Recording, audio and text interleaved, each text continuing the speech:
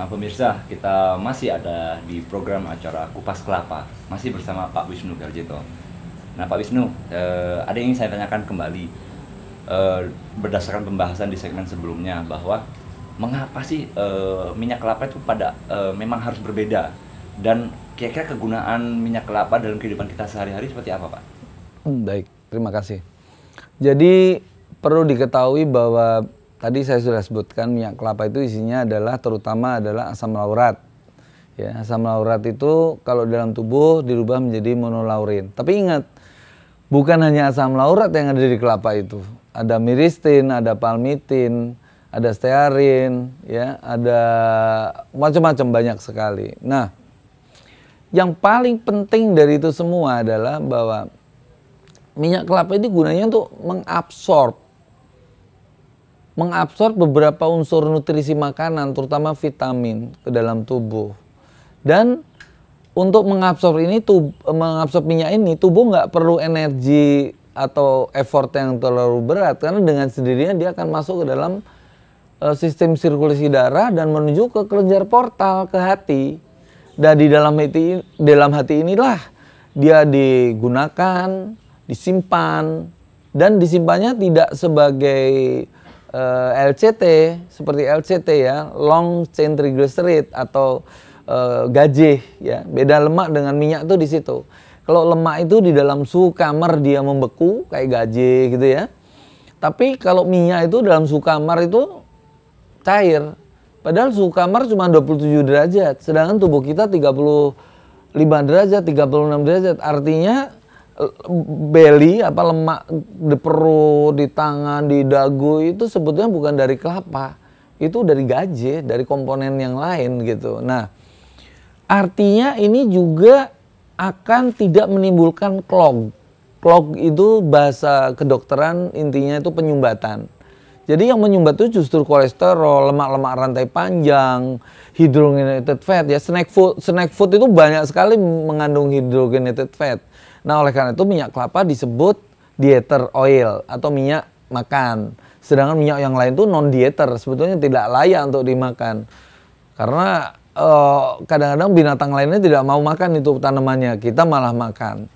Nah, jadi di sini jelas beda minyak kelapa dengan minyak-minyak lain. Minyak kelapa ini adalah minyak yang berbasis kepada medium chain triglyceride atau trigliserida rantai sedang. Atau bahasa lain MCFA, medium chain fatty acid. Oleh karena itu, kenapa ini digunakan untuk susu bayi?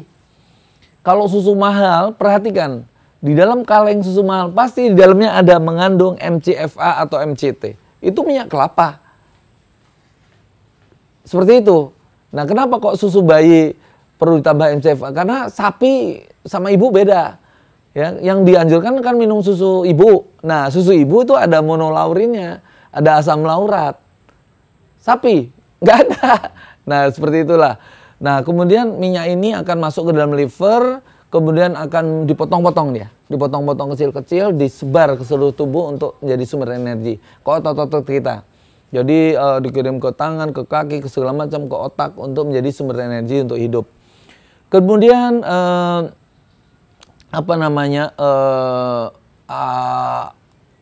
minyak kelapa yang katanya berbahaya itu ketika digunakan sebagai minyak atau makanan, ya minyak itu untuk minyak goreng, makanan itu seperti margarin ya. Margarin zaman sekarang itu bukan margarin yang terhidrogenasi, bukan. Sekarang pembuatan margarin atau mentega itu tidak menggunakan teknik hidrogenasi, tapi menggunakan asam dan unsur-unsur yang lain, misalnya unsur pembeku, emulsifier. Nah, sehingga amanlah seperti itu. Jadi jangan takut menggunakan minyak kelapa, dan minyak kelapa ini manfaatnya memang 1001 macam. Mungkin nanti akan saya bahas berikutnya. Demikian. Jadi apa itu lauric acid, Pak Wisnu? Baik. Lauric acid itu bahasa Indonesianya asam laurat, yaitu asam lemak yang bersifat asam karena mengandung hidrogen, di mana karbonnya ada 12. Jadi rantai sedang. Ya, karena rantai sedang dia mudah diabsorpsi dalam tubuh dan dia berupa trigliserid. Dan kalau dimasuk dalam tubuh, kena enzim amilase, dia pecah menjadi monolaurin namanya. Nah, monolaurin inilah yang bisa meningkatkan HDL, ya, high density lipoprotein, yang disebut good kolesterol. Justru kita butuh HDL. Ya, jangan takut dengan kolesterol. Kolesterol bagus itu HDL. Kalau LDL ya. Nah, jadi dengan memakan VCO atau minyak kelapa, justru HDL kita meningkat. Yang kedua, HDL monolaurin ini juga bersifat antimikrobial, antiviral, antifungal, anti macam-macam yang sifatnya anti dengan patogenik.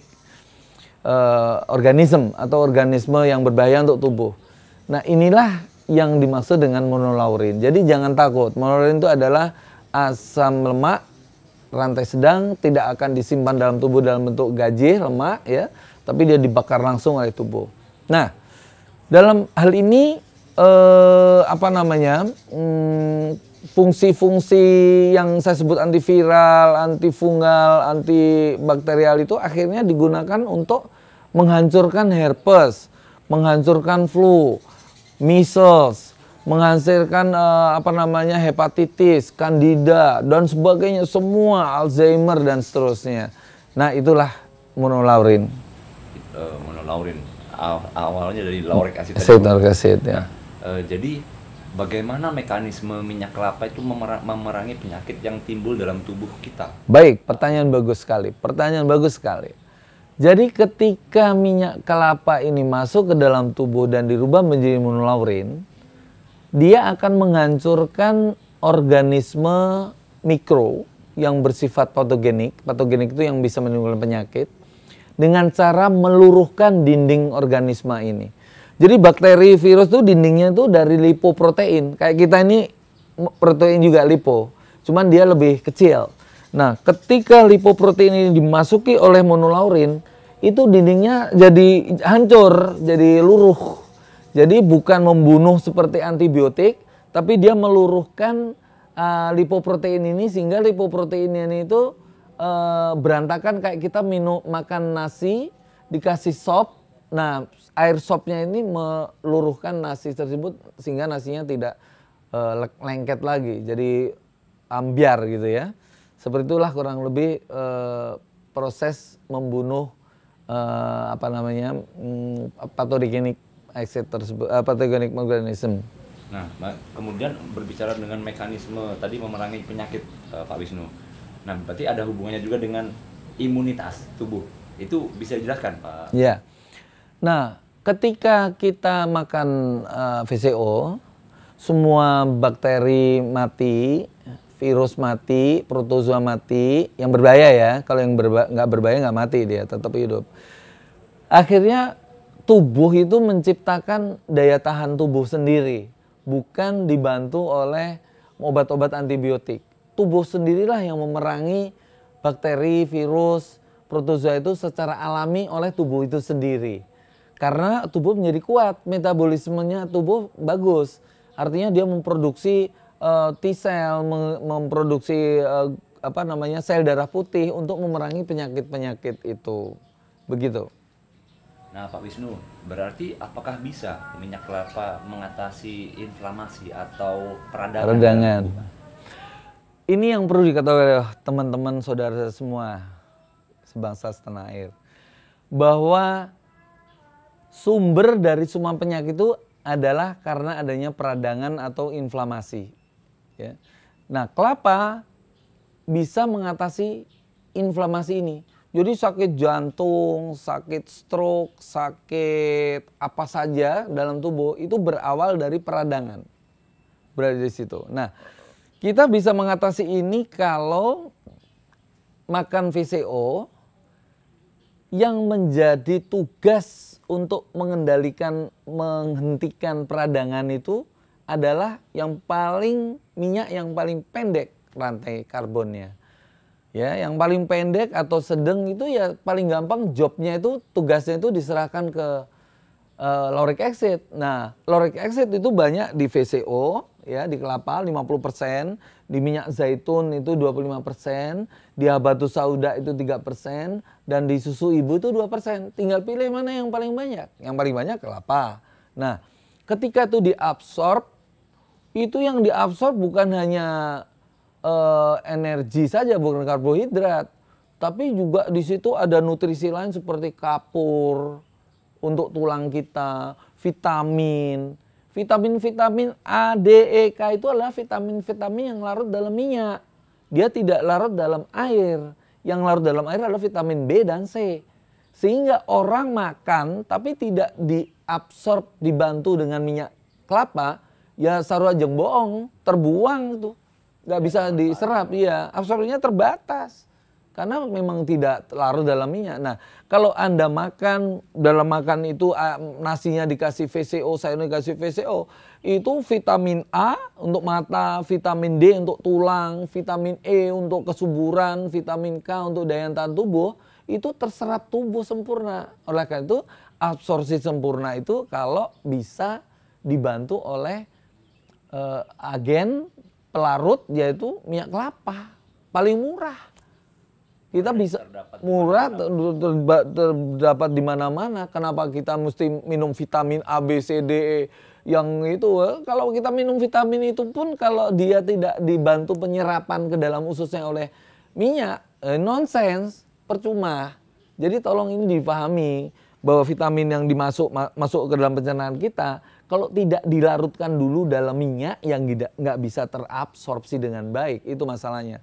Sehingga ketika absorpsi ini bagus, maka kita akan terhindar dari penyakit Alzheimer, penyakit jantung, penyakit stroke, diabetes, penyakit apa saja. Kecuali orang-orang yang sudah mengalami kerusakan organ tubuh dari waktu muda ya. Tapi kalau dari muda udah dibiasakan makan sehat, tidak akan mengalami penyakit ini. Jadi begitu Mas. Yang jelas, sekali lagi, ketika kita bicara inflamasi, peradangan, jantung yang membengkak, pembuluh jantung yang mengeras, ya toh, otak yang pembuluhnya keras sehingga bisa stroke, bisa pecah, itu semata-mata karena timbulnya peradangan. Peradangan itu bisa dari bakteri, bisa virus, dari mana-mana, dan dari makanan, dari kolesterol, plak. Nah, ini harus dilawan dengan berbagai macam nutrien yang kita punya. Di antaranya adalah A, D, E, K. Vitamin A, vitamin D, vitamin E, dan vitamin K. Demikian Mas kira-kira. Dan itu terdapat dalam lauric acid tadi Pak? Lauric acid yang ada dalam minyak kelapa. Dalam minyak kelapa. Berarti minyak kelapa juga bisa bersifat preventif Pak ya? Artinya preventif. Kita konsumsi sehari-hari saja. Justru harus preventif. Pak, ya? Kalau kuratif lebih mahal biayanya. Iya. Baik. Kita break dulu pemirsa. Jangan kemana-mana karena di segmen terakhir saya akan meminta Pak Wisnu untuk memberikan konklusi secara singkat mengenai bahasan tema kita pada episode kali ini. Jangan kemana-mana, kita kembali setelah yang satu ini.